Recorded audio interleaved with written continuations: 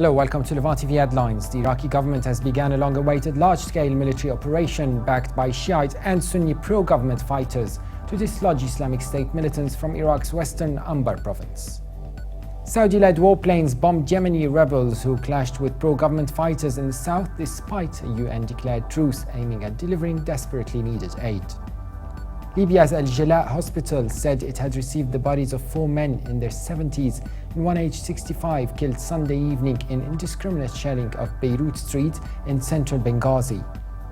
Turkish Prime Minister Ahmet Davutoglu has warned opposition parties not to question the role of President Tayyip Erdogan during coalition talks, saying it would sabotage efforts to form a new government.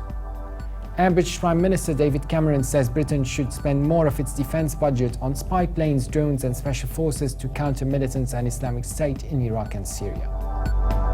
Now let's have a look at the top headlines in today's newspapers in the Middle East. Starting with Lebanon, the Daily Star is reporting that Parliament Speaker Nabih Berri expressed his belief that an Iranian nuclear deal could help pave the way to ending major conflicts in the Middle East and the presidential vacuum in Lebanon. The paper also reports that General Security Chief Major General Abbas Ibrahim has reportedly traveled to Doha for talks with Qatari mediators over the nearly year-long Lebanese hostage crisis. The Egypt Independent is reporting that the head of Egypt's Central Auditing Organization has said that a law approved by the presidency 2 days ago does not empower the president to remove him. The paper also reports that the United States is holding discussions with countries in North Africa about locating drones at a base there to heighten monitoring of Islamic State in Libya, citing a senior administration official. From the UAE, the Khalij Times leads reporting that negotiators at the Iran nuclear talks plan to announce today that they've reached a historic deal capping nearly a decade of diplomacy that would curb the country's atomic program in return for sanctions relief. The paper also reports that the UAE police have busted a cell of 3 Nigerian hackers who targeted US bank accounts by hacking their emails and accounts to steal private documents and details. And now let's have a look at the top Middle East headlines in papers here in London. The Guardian leads reporting that video footage has emerged that appears to show the moments leading up to the fatal shooting of a teenage stone thrower by a senior Israeli army officer, seemingly contradicting the soldier's account of the killing. Doubts about the account of Colonel Israel Shomer began to emerge last week, suggesting that 17-year-old Mohammed Kasbe was shot in the upper body by the Shomer as the youth was fleeing and not in the midst of a life-threatening attack.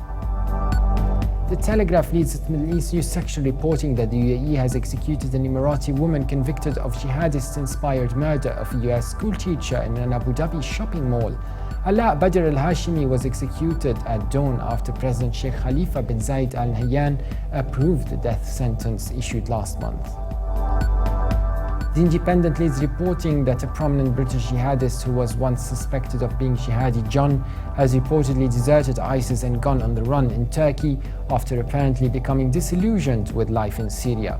Abdelmajid Abdelbari, who was previously posed with a severed head and declared war on the West, is thought to have disguised himself as a refugee and made his escape during the chaos of the ISIS retreat from Tel Abyad near the Turkey-Syria border last month. And now international papers.